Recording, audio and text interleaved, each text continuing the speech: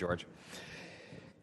All right, everybody, it is 5 o'clock. Our chairman is just running a few minutes late, so what I'll do so that we don't lose any time, because I know everybody's time is precious, is as the vice chair, just run through the agenda, which we would have done anyways, and it will get us going.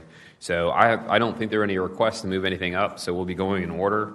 Item number 1 is going to be open and move. Item 2 is open, amend, and move. Item 3 is deferred. Item 4 is deferred. Item 5 is deferred. Item 6 is deferred. Item 7 is open and continue. Item 8, open and continue. Item 9 is open and move. Item 10 is open and continue. 11, open and continue. 12, open and move. 13 is open and move. 14 is open and move. 15 is open and move. 16 is open, amend, and move.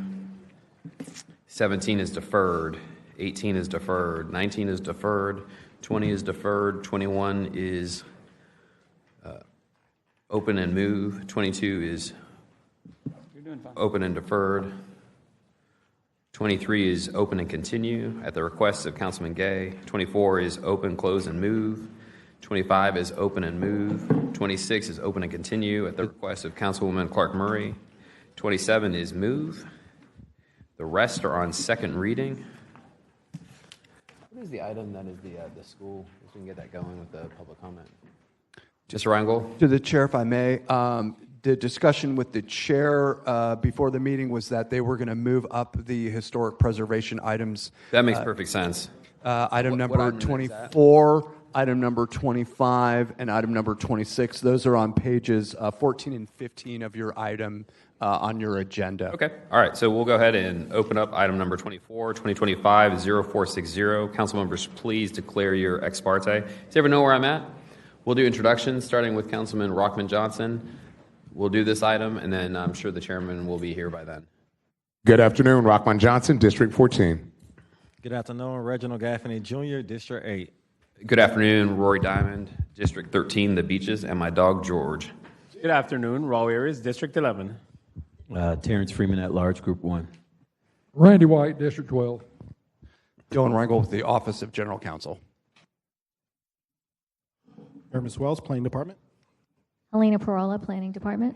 Aaron Abney, Planning Department. Casey Cox, Planning Department. All right, so just to reiterate, we're on item 24. That's on page 14, item 2025-0460. Council members, please declare any ex parte.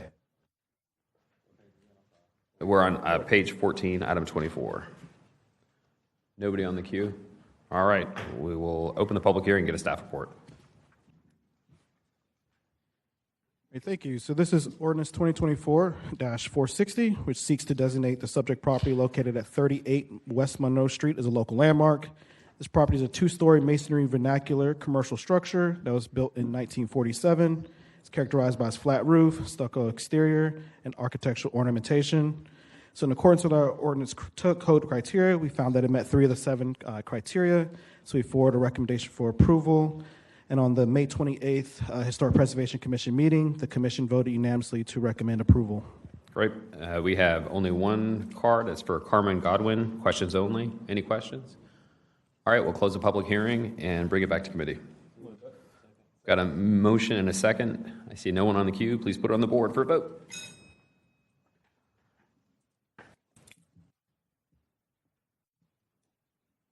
Yeas, 0 nays. By your action, you've approved item 24, 2025-0460. Moving on to item 25, 2025-0461. Council members, please declare any ex parte you may have on this issue. See nobody on the board. We'll open the public hearing and get a staff report. Thanks. Thank you. So this is ordinance 2025-461 for the property located at 231 North Laura Street.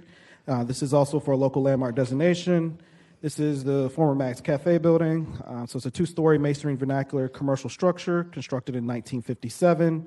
It's known for its flat roof with a large billboard on top, brick exterior, plated glass storefront windows, and a terrazzo decorative knee wall.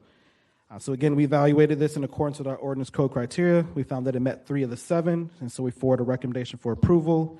And on the May 28th Historic Preservation Commission meeting, they voted unanimously for approval as well. Awesome. And we only have one card, and that is Carmen Godwin. Questions only. Any questions from Ms. Godwin? Seeing none, we'll close the public hearing and bring it back to committee. Got a motion and a second. Any discussion? All right, let's put it on the big board for a vote.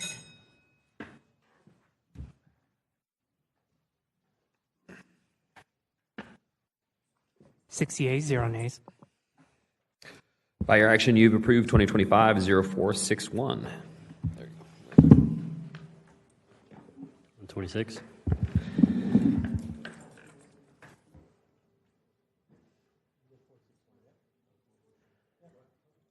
$2025-461. Is that what we just did? That's what we just did. Okay.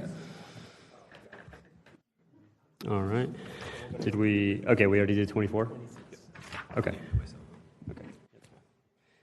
All right. Good evening, everybody. So, are we going back to? We're going to 26. All right. We have cards on there. Got it. All right. Let's open the public hearing, and we will go through the cards. Good. Got some more for this? Okay. 464. Excellent. All right. Got 3 minutes on the clock. So, number 1, Mr. Sam Newby. Come on down. Past President Sam Newby. It's good to see you, sir. Good to see you. Good evening. So one thing I do want to correct, it says on here applicant with the Duval County School Board. That is absolutely not true. Actually, the Duval County School Board is opposed to this, so we need to put it on record. Actually, somebody from the Duval County School Board will actually be here in a few minutes. And your address, Mr. Newby. I'm sorry. I thought all y'all knew my address. But let's get it on record so we can all know. Excuse me, I'm sorry. I'm not used to being on this side. I'm used to being on the other side. Sam Newby, address 220 Riverside Avenue. Thank you, sir. Go ahead. So I'm opposed to this bill. And one of the reasons why I'm opposed to this bill, as you all know, once it becomes an historical landmark, it's going to be super hard to sell. You know, that's really the death sentence of it. And also, the school board is trying to sell the building. Actually, Joshua Christian Academy is in the process of buying it. And I'm pretty sure if this happens to become a landmark, they won't be able to buy it because there's nothing you can really do for it. And also, Joshua Christian is right next door to the school. Only thing separated is a gate. And so with this, the kids in that neighborhood can actually have a choice to go to Joshua Christian, who's right in the neighborhood, or go 5 miles away at Bittmore Elementary School. So I'm definitely opposed to this, and I hope y'all vote no. Thank you, and God bless. All right, thank you. Next, we have Elroy Green.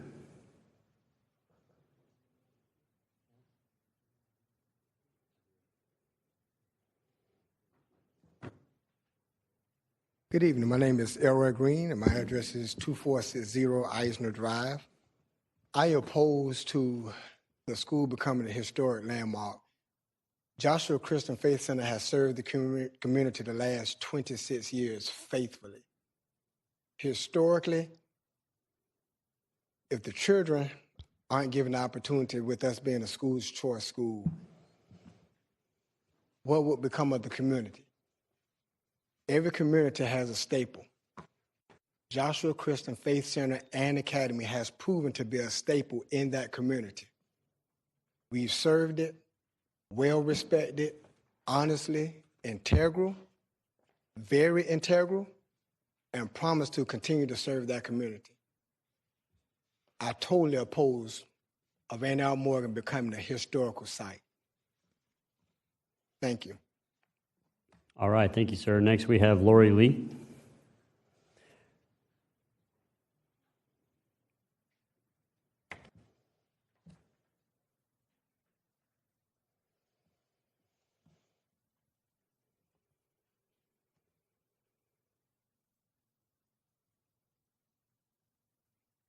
Good evening, everyone. My name is Lori Lee. My address is 2726 Parkhurst Lane.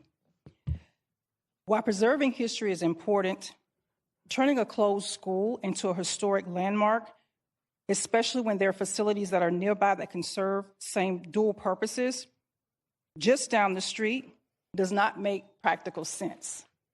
Not in the Woodstock community. This is a community that is already experiencing blight, a community that already is experiencing being overlooked, and a community that is already experiencing needs and lacks from the city.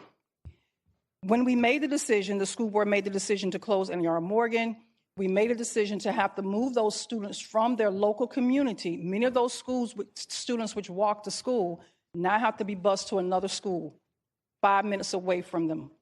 Right there in our district, right there within their community is a school that has been there for 26 years, that has proven that we're capable of educating our students. We are already looking at an enrollment almost over more than half of what NER Morgan used to have. We're currently enrolling 347 kids, plus we are looking to help those kids and help that community by bringing those kids into the fold. We want to continue to help NER Morgan, the students of NER Morgan, the students of Woodstock, and the community of Woodstock. We totally oppose, as Lori Lee, I totally oppose turning that school into a landmark when it can be used for other purposes to serve the Woodstock community. Thank you. All right, thank you. Next speaker we have is Lisa Harris. And then we'll have Sarmita Durham and Sabrina Farmer after you. Go ahead, name and address, please. Hi, my name is Lisa Harris. My address is 11825 Waxbury Lane, Jacksonville, Florida, 32218. And again, as you've heard, I'm here to stand as the executive director of Joshua Christian Academy for 29 years and say that I truly oppose NER Morgan becoming a historical landmark. We have been there for 29 years. We even partnered with NER Morgan when it was open to meet the needs of the community. As Dean Green said, a church and a school is a staple in the community. And when you close those two things, you add additional blight to that community. Joshua has been a stakeholder and a lighthouse in that community for 29 years. Our plan is to continue to serve. We've already contacted the Duval County School Board to let them know that we're interested in the property.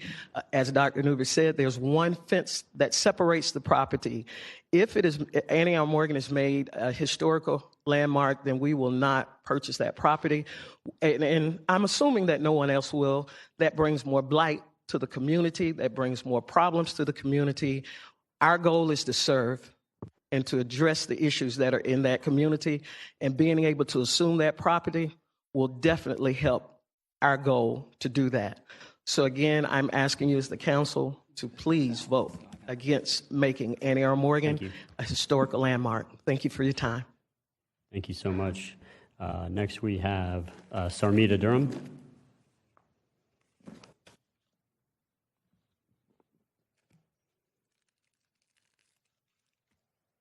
Good evening. My name is Sarmita Durham. My address is 380 Smith Street. I've lived in the surrounding area of Joshua Christian Faith Center and Joshua Christian Academy for approximately 22 years. I am an employee of Joshua Christian Academy, and I serve as the lead chef and nutritionist for approximately 2 years.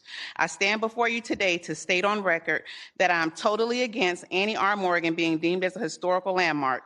Schools in general are considered safe places for people of all ages. They serve as the core of education. They combat the food insecurity issues in the area and are direct lines of communication to the immediate community surrounding them. Last year alone, Joshua Christian Academy, we were able to feed approximately 350 children, serving approximately 237,600 meals between breakfast, lunch, snack, and dinner. Schools are still a huge contributor to fighting the nationwide battle against food hunger, and it is imperative that Joshua Christian Academy continues to fight on the front line of this. And I oppose NER Morgan from being a landmark. All right, thank you, ma'am. Next we have Sabrina Farmer.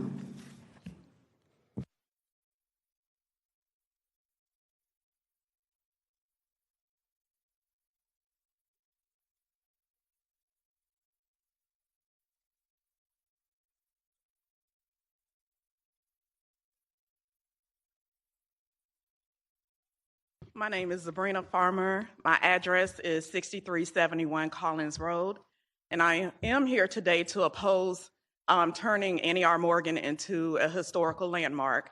My children attended Joshua Christian Faith Center. They have vastly benefited from the school. That school has serviced the community for over 25 years. Without this school being in the community, there are many kids who would not have benefited from being able to graduate from high school and further education. They probably would have been off doing some things that are not, becoming and would have ruined their future. So I do oppose this historical, Annie R. Morgan becoming a historical landmark. All right, thank you, ma'am. Next, we have Shayla Pinckney.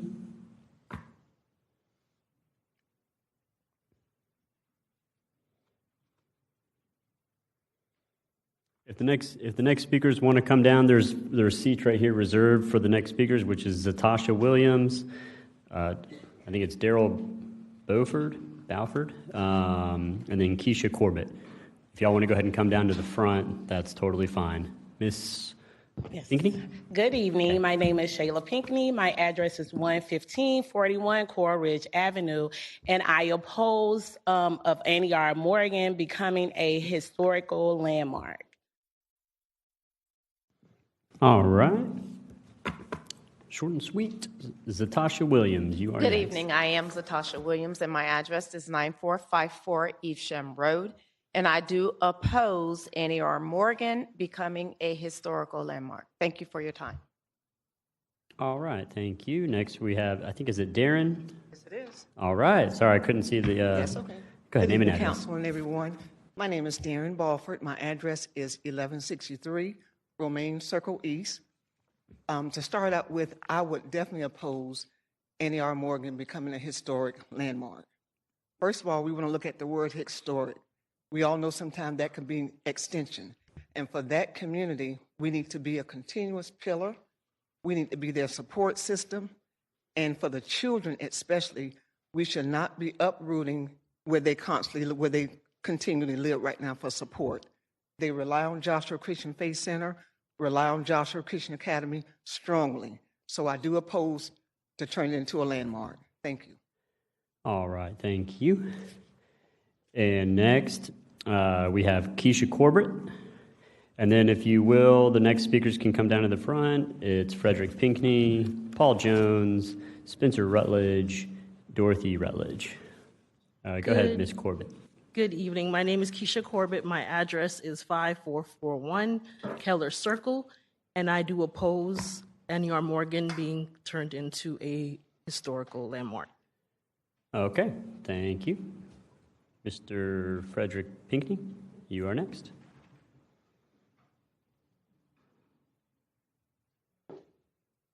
Good evening. I'm Frederick Pinckney. I live at 5323 Clapboard Cove Court, Jacksonville, Florida, 32226. I am, as other voices have said, I am the founder and pastor of Joshua Christian Faith Center along with Joshua Christian Academy. We've been in that neighborhood for a long time. Our goal when we came in that community in 1995, we saw some problems that were there. The Woodstock area had not been cared for. We down through the years have tried to address that. We've had various things to try to bond the community together. Now with Annie R. Morgan closing, that's a void, a very, very bad void. And we believe that Joshua Christian Academy could better serve that than an historic site being there. Because the children in that community, I'm telling you, we are there 7 days a week. We see some of the problems that other people don't see. We see parenting problems, we see literacy problems, and we're trying to address those problems. And Annie R. Morgan will allow us to be able to do that. So that's why we are opposed to that being an historical site. It could not serve that community at all. It would be detrimental. It would be detrimental. And I'm speaking from a voice of authority simply because I've been there since 1995. And we're there 7 days a week. And that problem, that community needs constant life. It does that. With children being back in that school, it will allow that school to have life in it, people moving consistently. So I'm opposed to it. I'm opposed to it totally, and thank you for your time. All right, thank you, sir. Next, we have Paul Jones. Good evening. My name is Paul Jones. My address is 9839 Cross Hill Boulevard, zip 32222. And I totally oppose of Annie R. Morgan becoming a historical landmark. Thank you. Thank you, sir. Next, we have Spencer Rutledge. My name is Spencer Rutledge. I live at 336 Auburn Oaks Road East, Jacksonville, Florida. I'm a member of the board of directors for Joshua Christian Academy, and as such, I oppose Antioch Morgan becoming a historical site. That community needs something that's living, something that's active, so that it breathes life into that community. A historical site does no good if the children doesn't have the education to realize its value. And Joshua Christian Faith Center can provide that. Christian Academy can provide that. Thank you. Thank you, sir. Next, we have Dorothea Rutledge. Hi, my name is Aretha Rutledge. My address is 336 Auburn Oaks Road, East Jacksonville. I oppose Antioch Morgan becoming a historical site because of the benefit of the education for kids in that area. Thank you. Thank you, ma'am. Next, we have Charles Taylor, I think. All right.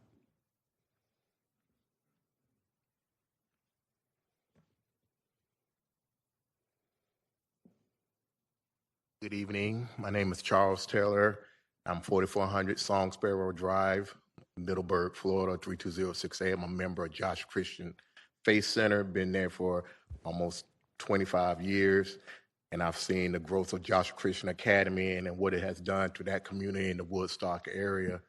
And I am definitely opposed of that school becoming a landmark. I think the church and the academy that's already there could breathe more life into that community than a landmark. Thank you for your time. All right, thank you, sir. The following speakers mark that they do not wish to speak. I'll read your name into the record and whether you support or oppose. So we have Lucille H. McCoy opposes, Stacy McNair oppose, Sean McIver oppose, Dorothy McIver oppose, Swan Anderson oppose, Erica Jones oppose, Vanjie McKnight oppose, Chris Wilcox oppose, and Sam Wilcox oppose.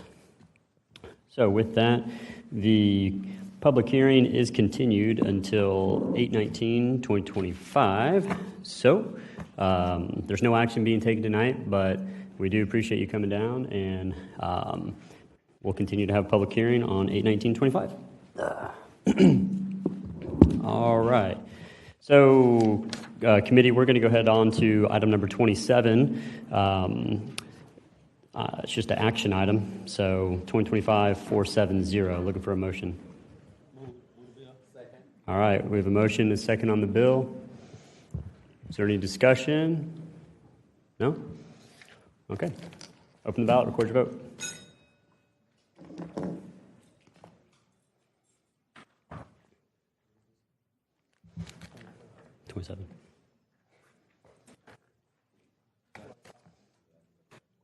Oh, okay. Let's pause the ballot and go to Councilmember Freeman. You're recognized. Thank you, Mr. Chair. I'm trying to catch up with us. So we're on page 16, item 27. And I think I'm one of the new ones up here. I think everybody else has been here for a while, and I've tried to be briefed on this a little bit. But through the chair to Mr. Reingold, can you just give me an overview of this bill in front of us? I think I have an idea of it for the most part, but I haven't heard from anyone. And I'll make sure my ECA does a better job of getting with the applicants or whoever's engaged. So, sure, go ahead. So I'm aware of it. Yeah, Mr. Reingold. Through the chair to the council member, I'd be happy to give an overview of this. Essentially, there was a final order that was granted by the DDRB a while ago. There was an extension then granted for 1 year, which was under the code. So the code under section 656.31.7.1, subsection F specifically says that the DDRB approvals may be valid for 1 year, but may be extended upon written request to DDRB staff for just cause, but in no event shall an extension be granted for more than 1 additional year beyond the original approval date. So they had the original 1 year, staff then approved a 1 year extension, but then there's no sort of code sort of direction as to what happens after that. And so my understanding is that the bill had been filed to essentially come to the city council and say, we'd now like an additional 3-year extension because staff isn't capable of doing that under the code direction you've given them. So that's kind of teed up the decision where we are today. Through the chair to the council member, I'm happy to answer any additional questions. I think that helps. Does anybody else have any thoughts or comments? I just wanted to kind of get a feel for how we got to this point. I've been watching LUZ and gone back before, but what does this bill do in regards to others that follow behind with similar situations, and how have we treated things in the past, if there were any in this similar situation? To the chair. I mean, my understanding is, when and if extensions come up, it's kind of a case-by-case basis, and more likely than not, if the case is warranted, then we grant the exception, and that's my understanding of where we're at today, and I think it's warranted, and that's why we're you can approve it. Well, no, sounds like a plan. And through the chair to Mr. Rango, so this is consistent to what these bodies have done in the past. I just want to make sure as the newbie sitting in this hot seat when I make this decision, with the limited research that I've been able to do on it, that I'm in a good place. Through the chair to the council member, I don't think this is really common. Haven't really seen this issue pop up. But to the chair's point, I think it's just going to be kind of a case-by-case basis going, what's taking you so long, or hey, that makes a lot of sense why you need more time, and it's just going to depend on the facts of that scenario. All right, we'll go to Councilmember Diamond. You're recognized. Yeah, I usually just like to put on the record why I'm supporting something. And to my colleague's point, development is hard and development takes time. And this is one where, it just took longer than they thought. And so I don't mind doing a one-time extension like this. Like, I'm comfortable with that. All right, Councilmember Johnson, you're recognized. I too understand that. Thank you, Mr. Chair. And I was going to say the same thing to Councilmember Freeman. A lot of times when I see these, I try to look before, and that's what I see. It's the development that's held it up. I mean, and I hate to bring up somebody else's stuff, but it's kind of like they're still working on the Four Seasons right now. And you saw that they had to extend that an extra 6 months. And a lot of the reason is, as we work to try to make sure permitting and those kind of things work, an extension and force majeure, all of those things happen. So that's why I'm supporting it. Thank you. All right, we have no one else in the queue. Open the ballot, record your vote. 7 yeas, 0 nays. By your action, you've approved 2025-470. All right, I think we're going back to item number 1, correct, Mr. Diamond? We didn't do that one? Okay, item number 1, 2025-130. Let's open the public hearing, get a staff report. Thank you. Ordinance 2025-130 is a small-scale land use amendment requesting a change from low-density residential to medium-density residential. This is a 1.68-acre site on the west side of Old Middleburg Road, which is a collector roadway. The site is currently cleared and vacant. The west side of Old Middleburg includes single-family residential subdivisions and open space in the LDR category. The east side of Old Middleburg are single-family subdivisions in the medium-density residential land use category. The site will have central water and sewer. This results in a compatible land use pattern and provides development of a different housing typology as consistent with the comp plan and as outlined in our staff report. On March 20th, 2025, the Planning Commission voted unanimously to approve with minimal discussion. Thank you. All right, thank you so much. And we have any speaker cards? No speaker cards. Is there any discussion? All right, seeing none, let's close the public hearing, bring it back to committee. Oh, Mr. Reingold, yes, sir. Sorry, I should hit the request to speak button. I'm only going to raise this issue now.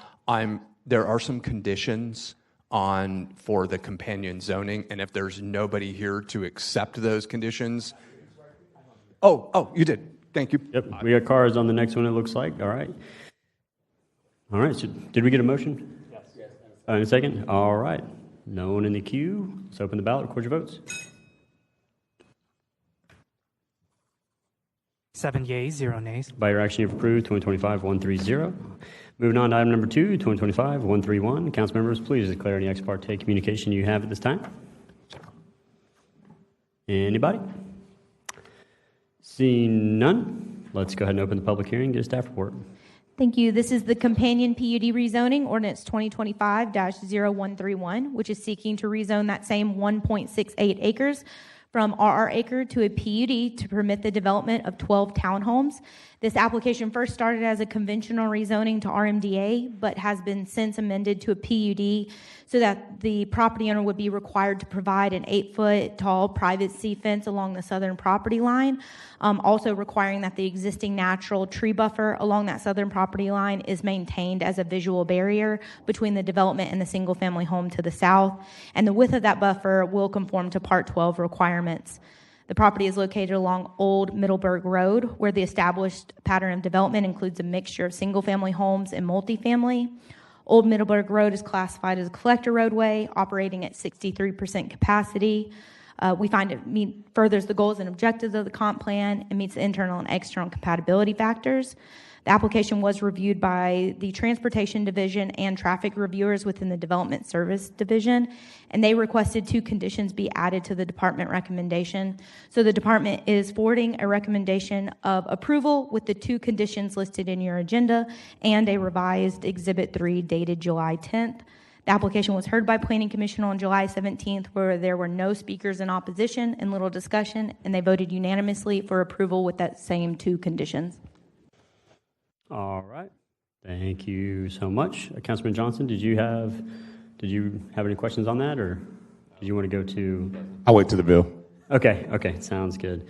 All right, we will go to Mr. Patrick Honoré. Come on down.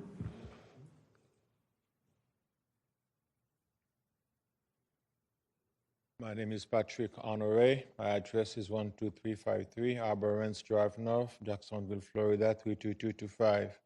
I'm here to speak in support of this project. All right, thank you so much. With that, you want to save it for after public hearing, or you want to get this on the public hearing? I was just going to say that this kind of, and I think most of us were here on LUZ before. I just wanted to say thank you to the planning department, Ms. Abney, to former Council President White, and all of the team. There was a little bit of a language barrier as well, but we all got together. We were able to resubmit this application, and the community, I kind of went and talked to them since it's right next to my district, and everybody's happy. So thank you for agreeing to those conditions as well, Mr. Honoré. Thank you. All right, thank you for that. So if there's no further discussion, we'll close the public hearing and bring it back to committee. Move the amendment. All right, can someone please explain the amendment? Thank you very much. To the chair and to the committee and to the applicant, the amendment has 2 components. First, there is a revised Exhibit 3, which is the written description dated July 10th, 2025. And there are 2 conditions. And Mr. Honoré, if you could just come to the podium and just want to make sure you agree to the conditions, if you are agreeable to them. First condition is that off-street parking shall be provided in accordance with Part 6 of the city's zoning code, except that no guest parking shall be required for townhome units functioning as private personal residences that have both a garage and driveway that meet city's Jacksonville design ordinances. And 2, the site access drive to subject property shall either be situated directly opposite Steamboat Springs Drive or else be located more than 75 feet away from the intersection of Old Middleburg Road North and Steamboat Springs Drive in a location to be approved by the Development Services Division and the Traffic Engineering Division. And with that, Mr. Honoré, are you good with those conditions? I'm good. Okay. Thank you for that. All in favor of the amendment with conditions signify by saying aye. Aye. Any opposed? The amendment carries. All right. We have a motion to second on the bill as amended with conditions. No one in the queue. Open the ballot. Record your vote. 7 yeas, 0 nays. By your action, you have approved 2025-131. All right. Thank you, Mr. Honoré. Now, moving on to item number 3, 2025-172 is deferred. Item number 4, 2025-173 is deferred. Did I say that? Did I say 172, 173? Okay. All right. Now, item number 5, 2025-176 is deferred. Item number 6, 2025-215 is deferred. Item number 7, 2025-242. Open the public hearing. 1 speaker card. Ms. Joycelyn Ann Glover. Come on down if you wish to speak.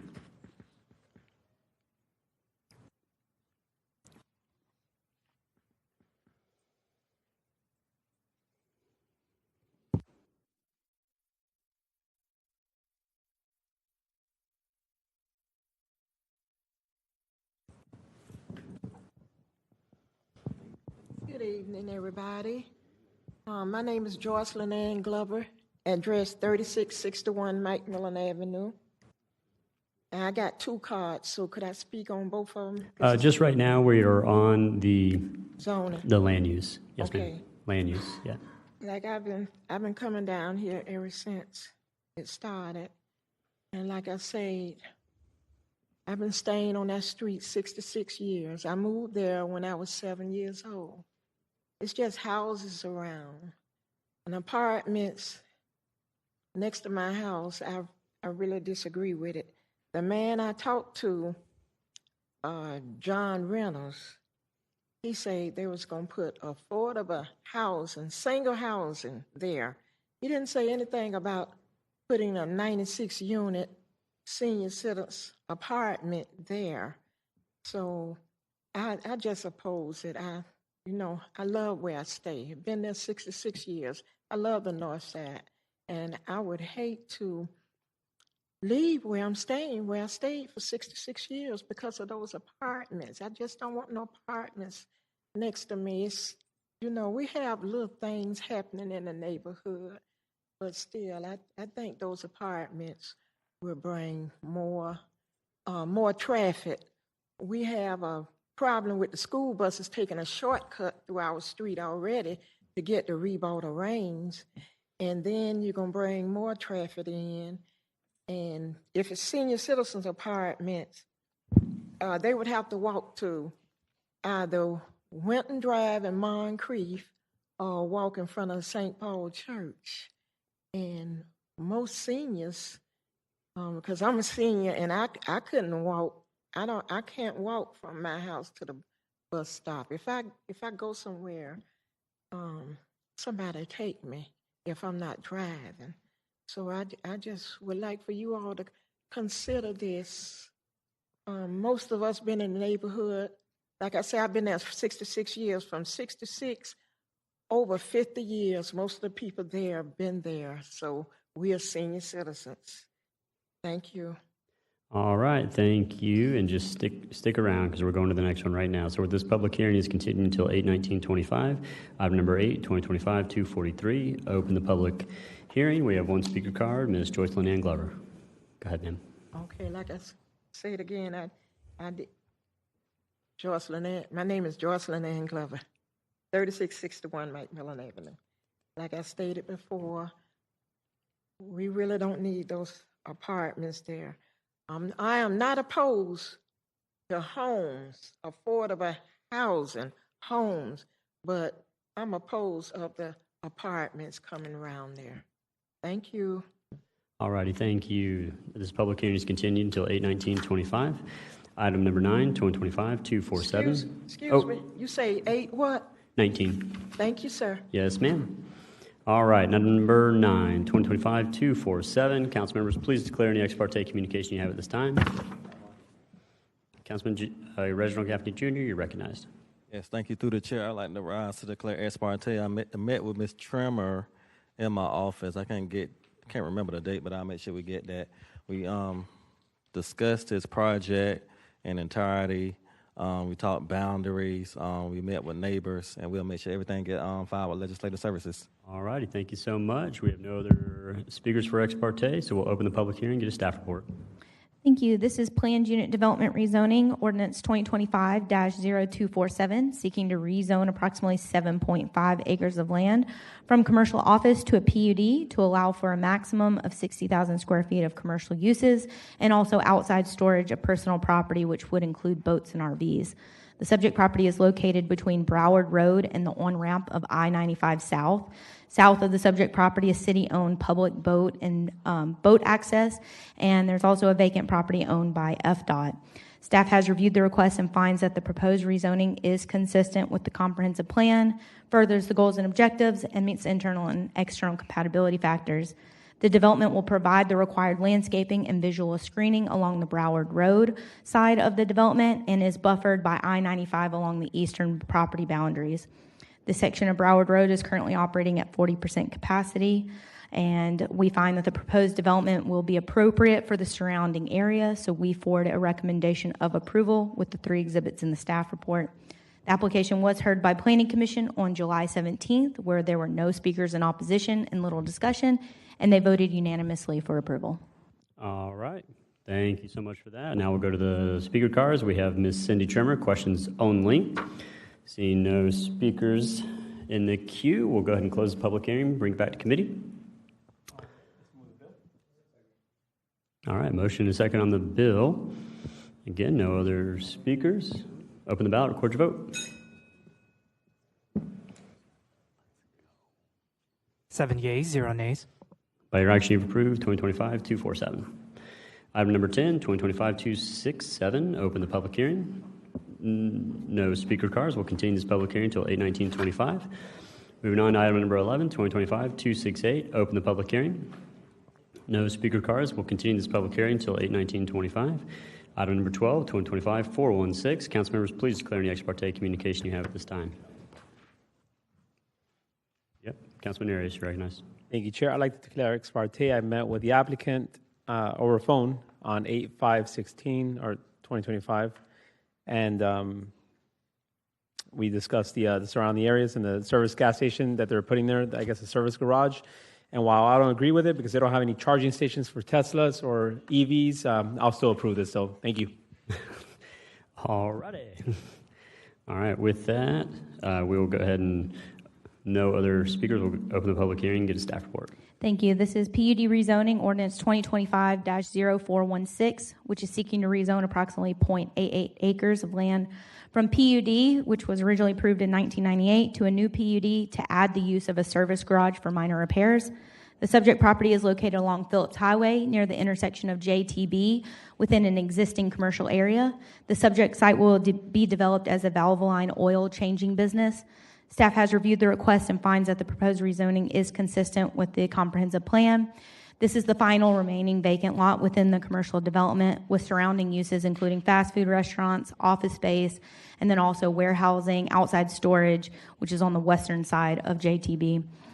Development standards will be similar to the previous PUD. We find the proposed development to be appropriate for the area, and we forward a recommendation of approval with the 3 exhibits in the staff report. Application was heard by Planning Commission on July 17th, where there were no speakers in opposition and little discussion, and they voted unanimously for approval. All right. Excellent. We'll go to the speaker card. We have Courtney Carver. Questions only. Any questions? Nope. All right. Close the public hearing, bring it back to committee. Motion to second on the bill. No discussion. Open the ballot, record your votes. 7 yeas, 0 nays. By your action, you've approved 2025-416. Item number 13, 2025-417. Council members, please declare any ex parte at this time. None. All right. So we'll open the public hearing and get a staff report.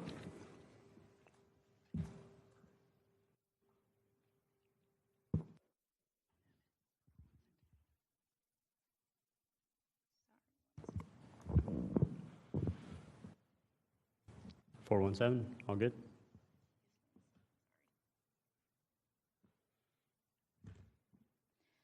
Yes, this is conventional rezoning ordinance number 2025-0417, which is seeking to rezone 0.89 acres of land from agriculture to RLD 90. The request is being sought in order to develop the property with a single-family home. The subject property was previously a part of the northern lot. The owner is splitting it off in order to develop another single-family home. We've reviewed the request and find that it is consistent with the comprehensive plan with the existing land use category of LDR. The property will meet all the requirements of RLD 90 and meets the established pattern of development for the surrounding area. So therefore, we are forwarding a recommendation of approval. The application was heard by Planning Commission on July 17th, where there were no speakers in opposition and little discussion amongst the commission, and they voted unanimously for approval. All right. Thank you for that. Do we have any speaker cards? All right. Is the applicant here? Blendy Zellini? Are you here? Blendy Zellini? Not here? All right. Going once, going twice. So,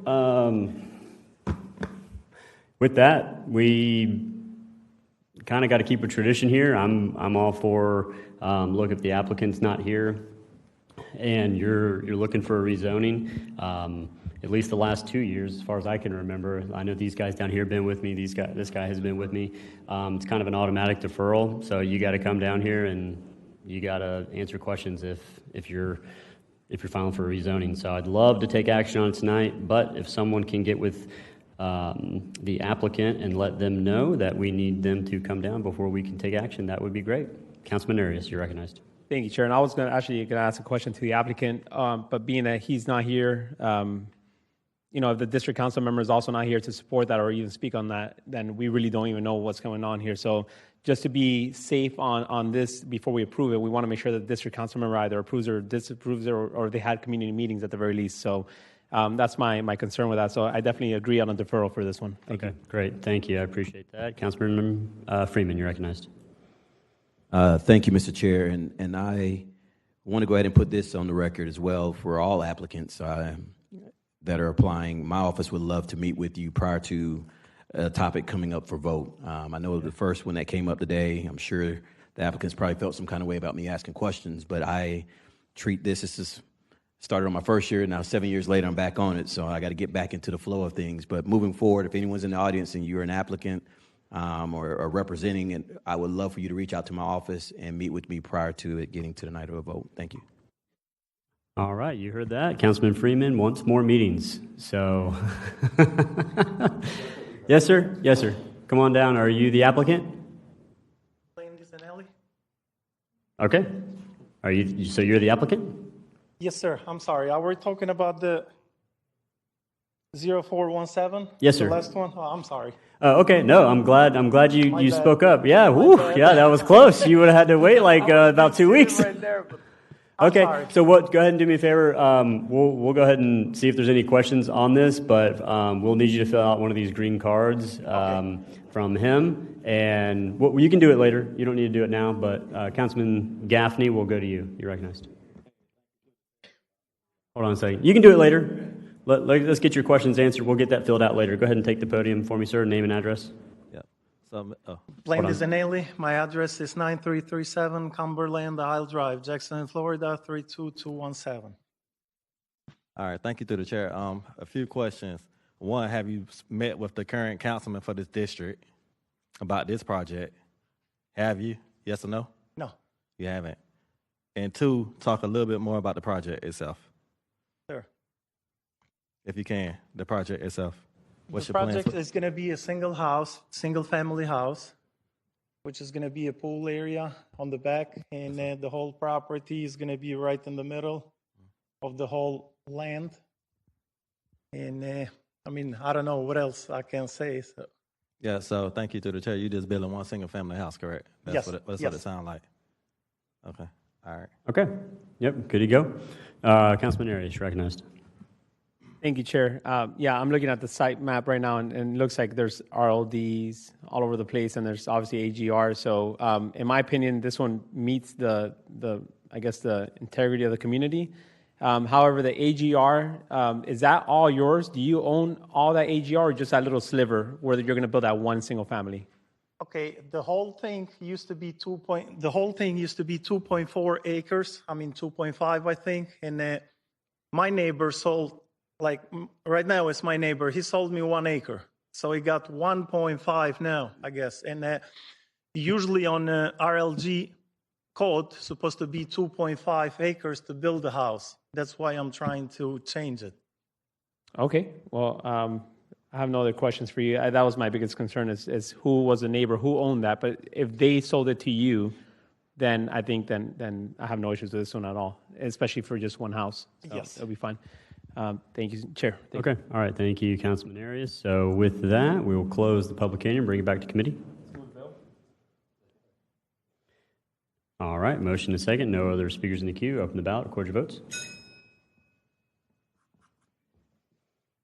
7 yeas, 0 nays. By interaction, you've approved 2025-417. Moving on to item number 14, 2025-418. Council members, please declare any ex parte communication you have at this time. Sir, you're good. Thank you You're very all much. good. Sorry, I was lost on the chair right there. Hey, that's I'm okay. sorry. That's okay. It happens to all of us. All right. Yep.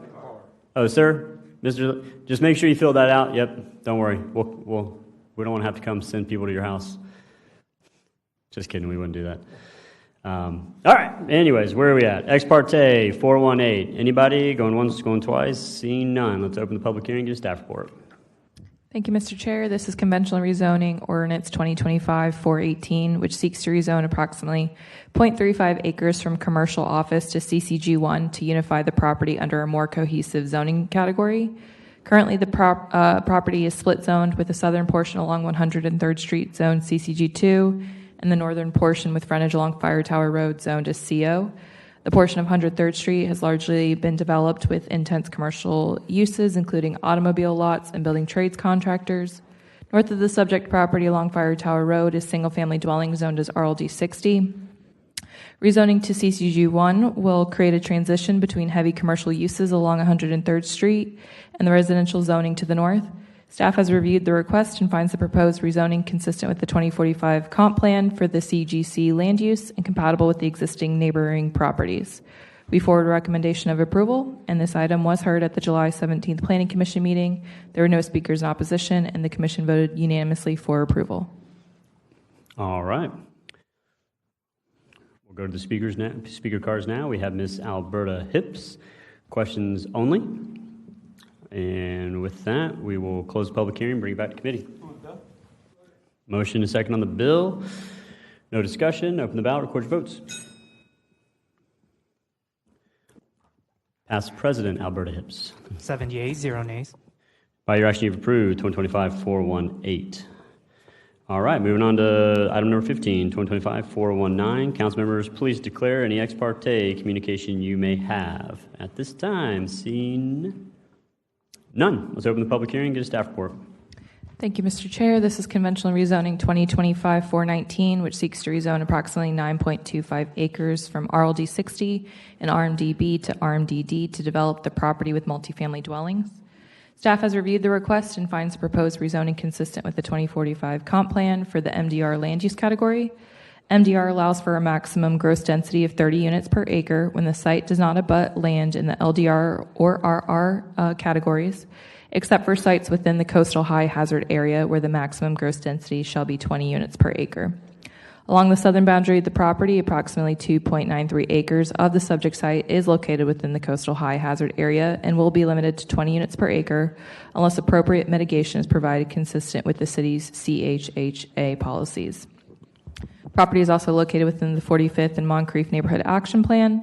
While the plan does not address the subject site specifically, one of the main goals of the plan is to promote home ownership and stable housing conditions. The site is currently undeveloped, adjacent to a well-developed residential area, and would help expand and stabilize housing in that area. Staff finds the request compatible with the area and forwards the recommendation of approval. The item was heard at the July 17th Planning Commission meeting. There was no speakers in opposition, and the Commission voted unanimously for approval. Following the July 22nd City Council hearing, staff was made aware of possible contamination on the site. Ms. Parola will go into further detail about the regulations for contaminated sites. Thank you, Casey. Yes, at the July 22nd meeting of council, there was a member of the public that came forward and was concerned about contamination on the site due to dump sites in the area.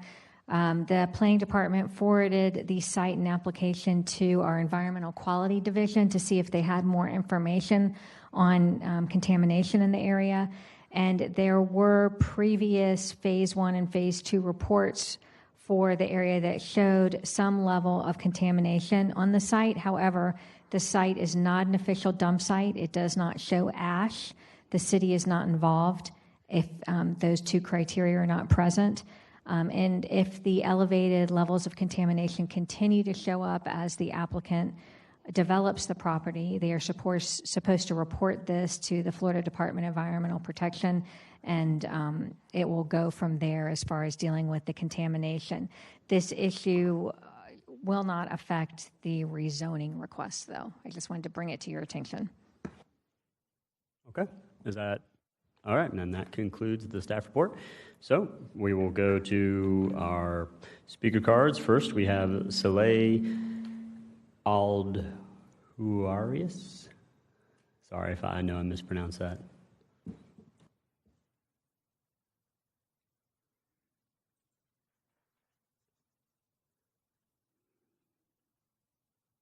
Good evening. My name is Saleh Aldurais, and my address is 6354 Arlington Road, Jacksonville, Florida, 32221. I filled a card to talk today about our request. Actually, our request, first of all, we will assure you that we are going to be in full compliance as far as all the laws, the procedures, the design requirement, the tests, whether it's environmental or whether it is non-environmental. Okay, that's one thing. The other thing is both lots are, initially it was 2 lots, so we combined them. And one of them, I believe it's RMDB and one is RLD. The first one already we have like the 8 to 19 units per acre.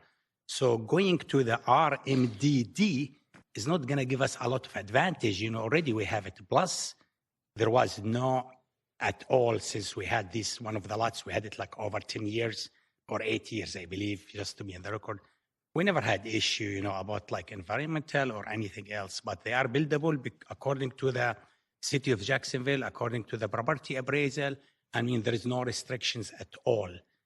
We are asking this kind of rezoning is really to optimize and to develop the neighborhood and to come up with a cost-effective more units so that the prices of the units offered to the neighborhood, is really more attractive for them, say more economical.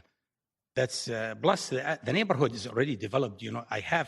We have already done the surveys. We have done like wetland surveys, all other surveys. And also it shows on this also, the neighborhood is around us is already there are buildings and homes, So I just want to put this to the record and thank you. Okay, thank you very much. Next speaker is Nathaniel Borden.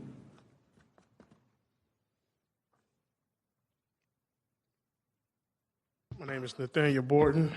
My address is 1566 Gulf Forest Drive, Jacksonville, Florida, 32208. And I've lived in Fairway Oaks since they built them in 2000, which was formerly known as Gulf Brook. And since we've been out there, the first 5 years of living out in Fairway Oaks, after 5 years of living out there, one of the houses had sunk so bad that they had to actually jack it up and put it on steel beams. And that's when we found out that it was a part of one of the isolated dump sites, a part with the Castellino dump and a part of the Doughboy dump. And one of those beams, some of those beams went down like 50 and 60 feet in the ground because there wasn't nothing garbage in the ground. And we know for a fact that that land, part of that 9.25 acres, is part of the dump. If you look at some of the reports that I sent y'all, Mr. Brian Doran from the DEP stated that they had been trying to do tests on that land, but they was never able to get in touch with the former owner of that land to do any testing. And it's in there in the DEP reports that no testing has been done on the land. But that land sits right along the Moncrief Creek. And there's so many reports that Moncrief Creek is so contaminated right there. And in a report that has show you that I've sent city council members just yesterday, I had Alpha Foundation to come out just last week on the 1st. And they did because one of my neighbor houses, she called me and she said, well, my walls don't start splitting. And she said, when I walk in my bedroom, she says it's starting to get a slope. So Alpha Foundation come out there and they did measurements and everything. And in her bedroom, it had done dropped like 3 inches. And it's because behind her house is a brick wall that they put up to try to keep from the house sinking. And right now, all that water, all the dirt from behind those brick walls has washed off into the Moncrief Creek. So once all that dirt actually washed off into the Moncrief Creek, there's nothing going to be able to, behind those walls to actually hold those walls up, which means the house is going to literally split in half. And if you was able to come out there and actually see what I'm talking about, and I sent y'all some of the pictures as well, that the house is literally splitting in half. And if they build houses on that land there, those houses are going to do the same thing. If they build those apartments on that land there, those apartments are going to do the same thing as Golf Brook did. So I encourage you, and I really oppose this bill, but I encourage you to do the research on the land. It's so much research, and I'm going to continue to send you all information on this land to show y'all that it's no good. I hate that the guy, whoever brought it, I hate that he brought it. I hate that it was done, but it's no good. So I ask y'all to oppose this bill as well. Thank you. All right, thank you, sir. And we will go to Councilman Gaffney. You're recognized. Chair, I think Mr. Robert. Mr. Robert? I'm sorry. Who is speaking? Burt. Mr. Burt. Borden? Mr. Borden? Yeah, thank you for bringing that to our attention. I'm not sure if you guys remember or not. I remember this vaguely. 5 or 6 years ago, Haberjacks, they built like 3 or 4 homes out in this community, and all the homes had sunk in the ground due to the foundation. It was a big lawsuit. I think a couple of, I'm not sure, I want to be accurate what I say, but it was a big lawsuit, a big ordeal. I guess my question is for Dylan, because the same, I don't know if it's the same property, I don't know the boundaries, but in terms of liability, and I know the rezoning don't have nothing to do with the contaminated soil. I understand that much. But it was some foundation issues. You guys could go Google it. I do remember that much. In terms of liability, let's just say we did end up rezoning this. 3 or 4 years from now, 5 or 6 years from now, God forbid, something happened to this foundation. Where does the city stand with this? Yeah. Through to the chair, to the council member. I really don't think we'd have a part of that litigation. If there's any requirements that they have to do to develop this property, that's going to be on the builders of the property. I do want to really note and highlight the property already right now has zonings of RLD 60 and RMD B. So they already have the right to do single family and multifamily development on this property. All they're seeking is to do a more extensive multifamily development. So they're going to have to meet all permitting, state requirements, and the like. I don't really see a liability issue here for the city. Okay. All right. I guess my last question on my comment for Mr. Saleh. Just make sure, I'm not sure if you met with a councilwoman over this district, bring it to her attention. I would have preferred a community meeting with the constituents, especially after that, chaos that happened like 5 or 6 years ago. It was a lot of homes impacted, a lot of people affected. I would have preferred a community meeting, but maybe you can come up. Have you spoke with the councilwoman and members of the community? No, actually. Name and address? No, I'm not nervous. I'm good, Can you say your name and address, please? My name again. Yeah, sorry. My name is Saleh Al-Durais, and my address 6354 Arlington Road, Jacksonville, Florida. Okay. 32211. Okay, great. And now you can... Actually, the lot is buildable, and I'll be honest. Wait. Yeah, just the question. Just the answer to the question. Okay, I'm sorry. Did you meet with the councilwoman, Ms. Jacoby Pittman, for this redevelopment? I didn't meet with nobody. Nobody asked me to meet. We personally, no, I didn't meet. And then my second question was, did you make the neighbors aware that you'll be building additional homes? Yeah, we put the sign, which we were asked to put the sign. We did it. We took pictures, and we already, brought back the pictures back to the rezoning, I think, part of the procedure. Yes, sir. Okay. But our lot, can I add something, please? No. Yes or no? Yes. All right, you got to stick to the questions because you already had your public hearing. All right, we're going to go ahead and close the public hearing and bring it back to committee. All right, let's move the bill. All right, we have a motion and a second on the bill. No discussion. Open the ballot. Record your votes. 7 yeas, 0 nays. By your action, you've approved 2025-419. All right, item number 16, 2025-448. Let's open the public hearing and get a staff report. Thank you. This is Legislative Bill Ordinance 2025-0448, which was introduced by Councilman White, seeking to amend the zoning code for Part 6, parking standards related to industrial uses, and then also Part 12, landscaping requirements related to industrial projects. Currently, parking requirements related to industrial developments are required at a ratio of 1 per 2,000 square feet of gross floor area. The proposed changes will decrease the required parking to 1 space per 5,000 feet of gross floor area. These changes would bring parking standards more in line with the ITE parking standards, so the department has no concerns for these proposed changes, and we forward a recommendation of approval. The second half of the bill seeks to amend Part 12 landscaping related to qualified projects. This is requirements to bring landscaping up to code. The code today requires that properties that make 50% of the assessed value of the lot's improvements within a 3-year period, or if the existing structure is expanded by 50%, that it's deemed a qualified project and is required to bring the site up to compliance with landscaping. 20% of the project cost shall be applied to bring the site up to compliance with the requirements of Part 12. This bill is seeking to increase that percentage from 50% improvement cap to 70%, and then to reduce the 3-year threshold to 1 year. Also use the appraised value of the property for the current year rather than right now where we use the start of the 3-year period. And then it also reduces the 20% of the project cost to be applied to landscaping and reduces that down to 5%.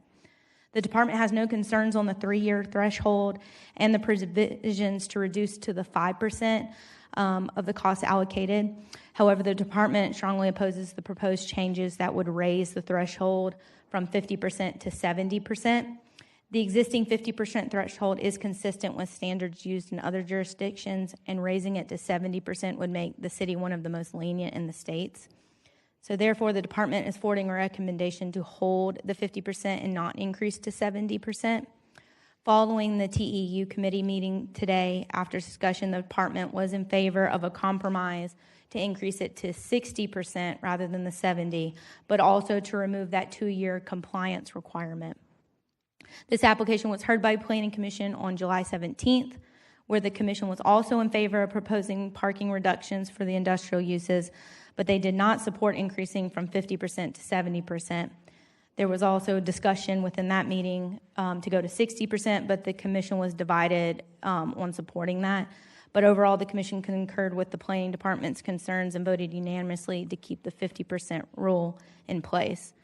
There was also conversation on allowing developers to use a certified appraiser instead of relying solely on the property appraiser's value, which the commission was also supportive of, and they forwarded a recommendation of approval for adding that to the legislation as well. All right, thank you so much. We'll go to our one speaker card, Mr. Chris Hagan. Thank you, Mr. Chairman. Chris Hagan, 208 North Laura Street. I want to be real brief. This is kind of a complex bill, but I want to go through it quickly and then stand by for questions only. So basically, it's a 2-part bill. The one of it revolves around parking in industrial areas, and then the other part relies on the 50% rule and making changes to that. We did put forward, and these are all ideas that we come up with after we talked to the industry about kind of the roadblocks that they're seeing about supporting redevelopment in the areas. And so we put together a 70% rule. We reduced the requirement for landscaping down to 5%, and they were very supportive of a lot of the things that we suggested. One thing for clarifying is we've been working on this legislation for, probably about 8 months now, and every conversation we've had included industrial and commercial as it relates to the 50% rule. I don't know where there was probably some miscommunication back and forth before the bill got drafted, and commercial was not part of the 50% rule or the changes that relate to the 50% rule. And so we are asking for the commercial to be added back to that. So I'm going to stand by for questions. There's a lot going on here, so I'll clarify. All right, excellent. We'll go ahead and Councilmember White, do you want to get this on the public hearing side of things, or are you ready to speak on the bill? All right, we'll go ahead and close the public hearing and bring it back to committee. All right, we have a motion and a second on the Planning Commission recommended amendment. Mr. Reingold, can you please explain the Planning Commission amendment? Sure. So the Planning Commission amendment keeps the number at 50. I didn't know if you guys were interested in doing the TEU amendment, which brought it to 60%, which was closer to the compromise I just it's something that happened after the Planning Commission meeting. But yes, the Planning Commission amendment simply was to adjust down from 70 to 50 and then include language in the legislation concerning the certified appraiser. That is the Planning Commission amendment. You're on the amendment? Okay. Okay, all right, we're just going to start in the queue. We'll go through this amendment, and then we'll figure out which amendment we want to do. Sounds like we're probably going to land on the TEU amendment because that already got heard today. It took up all these recommended amendments, and they landed at the TEU amendment. So just setting the stage there. Councilman Diamond, you're recognized. Thank you, Mr. Chair. I'm reasonable to listen to what everybody has to say, but I like the way the bill was originally written. And let me just give you my reasoning here. And I fully understand what the staff is saying. It would make us one of the most lenient cities in the state of Florida, and I think that's good. For this reason, industrial is really hard to redevelop. It just is. It's expensive. You take on all sorts of environmental problems. You take on all sorts of issues from pre-existing structures. And so to incentivize developers to come in and redo industrial and then create new jobs in Jacksonville or keep jobs in Jacksonville that might go to Clay County or to Putnam County or to other counties where it's really easy to do industrial right now, this is, to me, this is an employment driver. It's a development driver. It'll increase our property tax base. Let's go. If we get it wrong and all of a sudden we're getting a bunch of bad industrial developments where this stuff isn't working right, we can adjust. But if the worst thing that happens is a bunch of people invest in redeveloping industrial in Jacksonville and keep jobs here or develop new jobs or bring new jobs here, then this is smart. This is smart legislation. I commend my friend, Councilman White, for bringing it. All right. Councilmember White, you're recognized. We're on the taking care of the TEU. We don't go with the TEU. Is that what we're discussing? Technically, we're on the Planning Commission amendment, but it looks like we're going to have to. All right, when we get to that, because then after that, I would like to offer another amendment when we get everything cleared out. Okay, understood. So, Dylan, since we have a motion, I think, and we got a second on the Planning Commission amendment, do we need to vote that down? Okay, so in order to get past that, we vote that down. And then we can go to another amendment. Okay, all in favor of the Planning Commission recommended amendment signify by saying aye. Any opposed, say nay. Nay. The amendment fails. All right. We have a motion and a second on the TEU amendment. Mr. Reingold, can you please explain that amendment? Absolutely. So the TEU amendment does two things. It takes the 70 number in the bill and moves it to 60. And then second, it strikes the last sentence on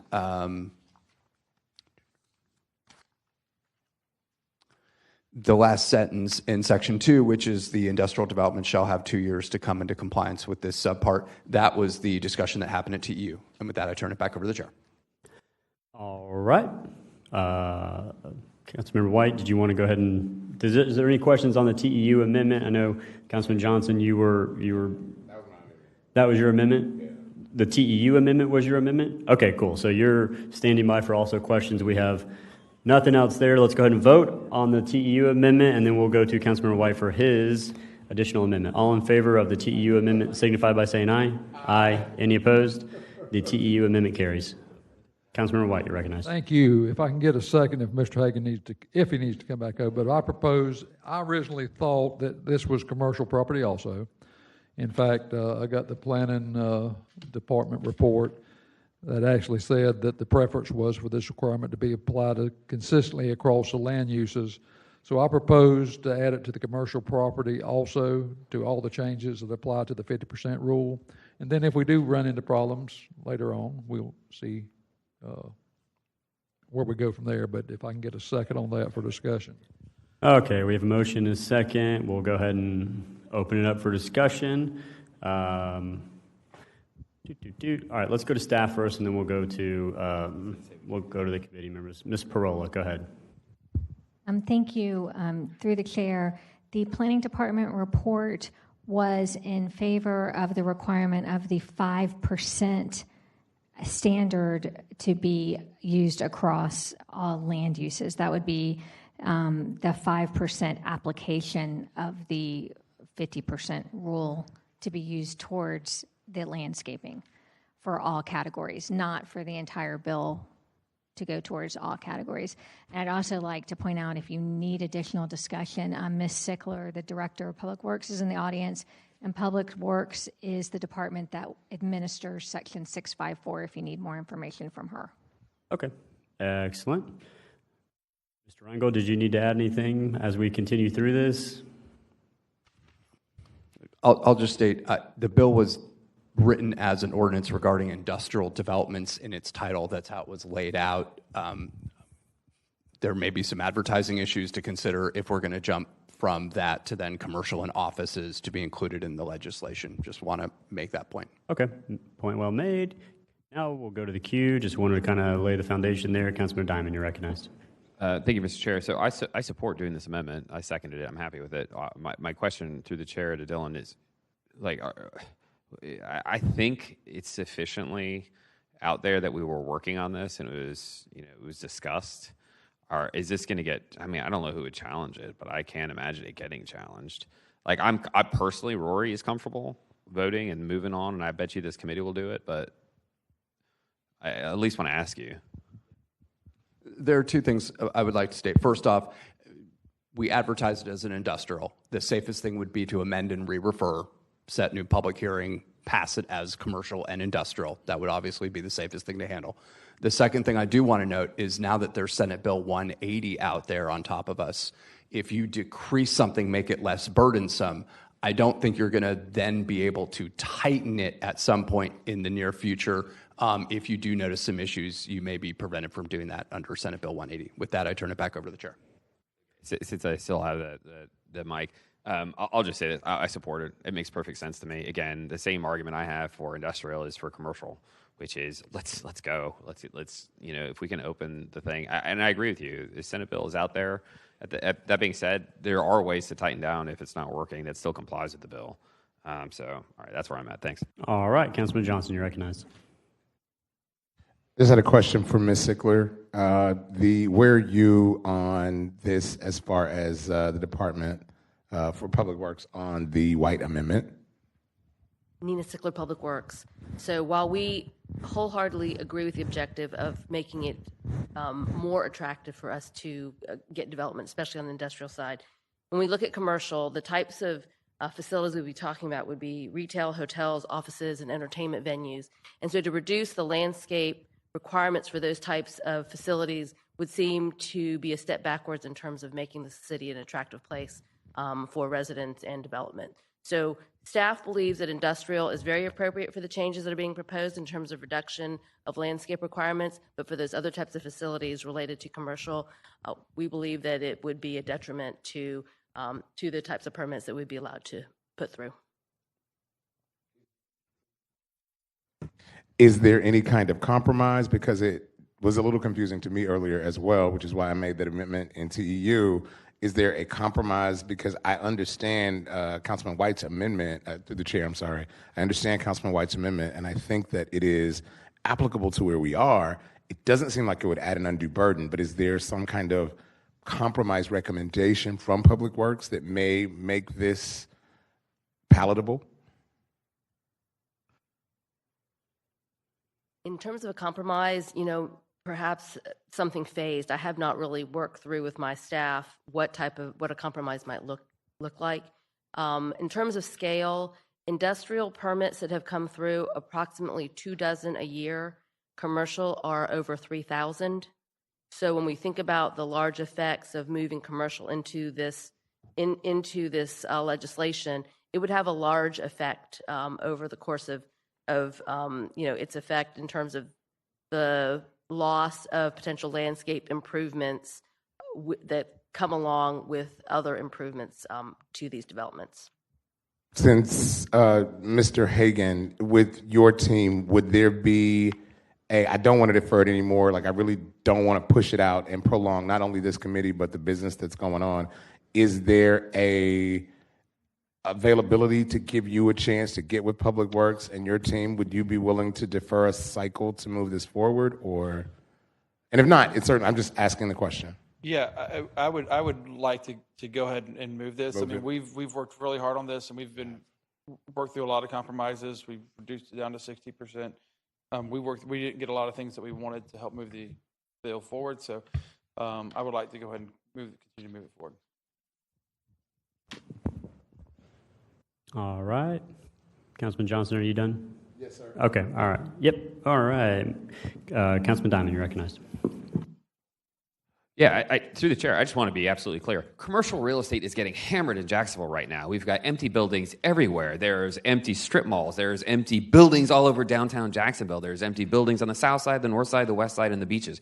Commercial is getting hammered. If we can make it easier to redevelop commercial and rescue that market, then we are absolutely doing something good for Jacksonville. I can't believe that we have you up there saying, whoa, what about like the grass? Like, the grass and the trees, I get it, it's nice. I care more about jobs, development, and tax base. To me, like, this is an easy yes. I've been very chill on this because I thought we were just going to fly through. But this is important. This needs to pass. All right, so we are still on the White Amendment. Councilman Gaffney, you are recognized. Thank you. Ms. Stickler, you come up right quick. And excuse my ignorance. I just want to make sure I got a great understanding of this bill. So if we end up supporting the commercial, what is the negative, I guess, the cons, the downsides of supporting it, again, just for my understanding? So the downsides are when a commercial development comes in where the value of the improvements are less than 60% of the current property value, the developer would not be required to put in some landscape improvements up to 5% of the cost of those improvements. So right now it calls for if the value exceeds 50%, then the developer is required to install landscape improvements up to 20% of the value of the improvement. So now we've already proposed to decrease that to 5% of the total cost of improvements. And so you've just opened up a threshold where certain developers will not be required to improve their parking lots or their frontage, in those areas that may be subject to blight already. This is a way of encouraging those developers to put some amount of money into improving the frontage of their properties. Okay. All right. Thank you. All right, Councilman Arias, you recognized. Thank you, Chair. Just a quick question on this. I know that whenever we see development projects come up, don't we have also the opportunity to ask the developers to put something in there, depending on what kind of, if it's a PUD, right?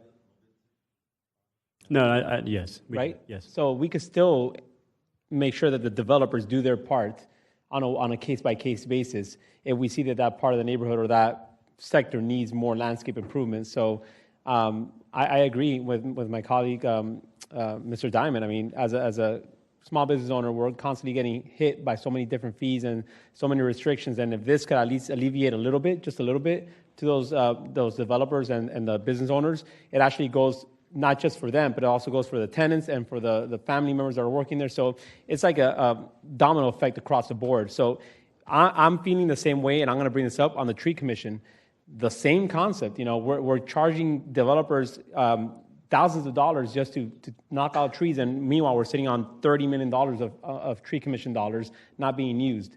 So I think that we need to stop making it hard for people to develop and to just grow in the city, because this city is growing and we need to be able to have a thriving economy here. So I'm definitely in favor of supporting what we're trying to do with the White Amendment. Thank you. All right, and I'll just go last since we have no other speakers in the queue. I don't really have any heartburn about it, only because I feel like we're setting the low bar where you have to do at least this. Just being a business owner myself, who we've looked at doing it just an addition on our building, we're not going to do a $100,000, $250,000 renovation and do no landscaping. You know what I mean? There's also detriment to the other side of it, right? Where the business is also like, they're going to need their business to look nice, otherwise their customers, you know what I mean? It's a reflection on the business too, in addition to the city. So I'll be supporting the White Amendment, and with that, all in favor of the White Amendment signify by saying aye. Aye. Any opposed? The amendment carries.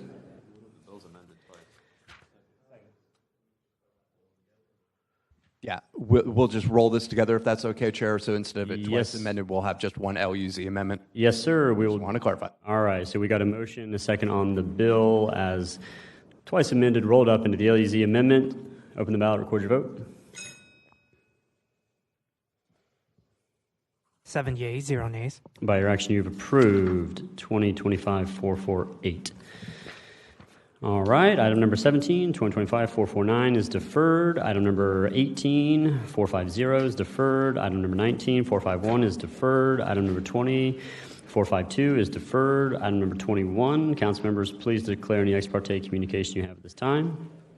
Seeing none, we'll open the public hearing and get staff report. Thank you. This is ordinance 2025-453, which seeks a waiver of road frontage to reduce the required frontage from 160 feet to 120 feet to permit the development of a second dwelling on the property.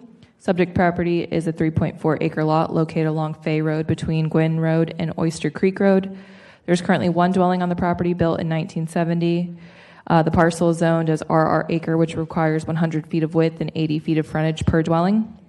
The lot has sufficient acreage for two dwellings. However, due to the configuration of the lot being deep with narrow road frontage, this application is required. Staff finds the request to be consistent with many of the existing lot sizes and the historic development pattern of the area, and a similar request was approved for 1961 and 1965 Fay Road under V8886. For these reasons and those listed in the staff report, we forward a recommendation of approval. All righty, thank you for that. Do we have any speaker cards? 453, I think. Do we have any speaker cards?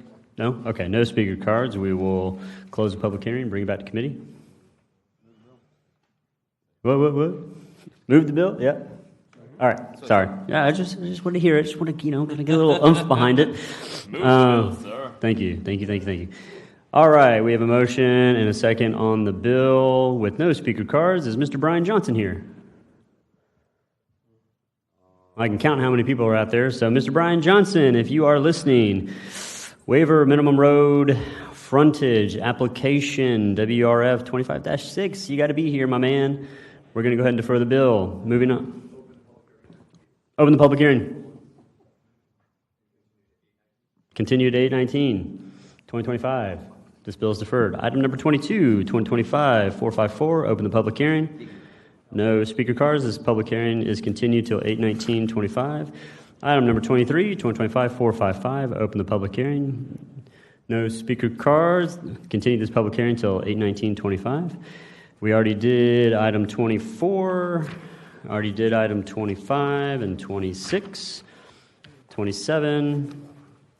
Hey, what's that speaker card? What is this? Oh, okay. All right, the rest of the items are on second reading. 483. Okay, interesting. Mr. Clarence Long? What's that?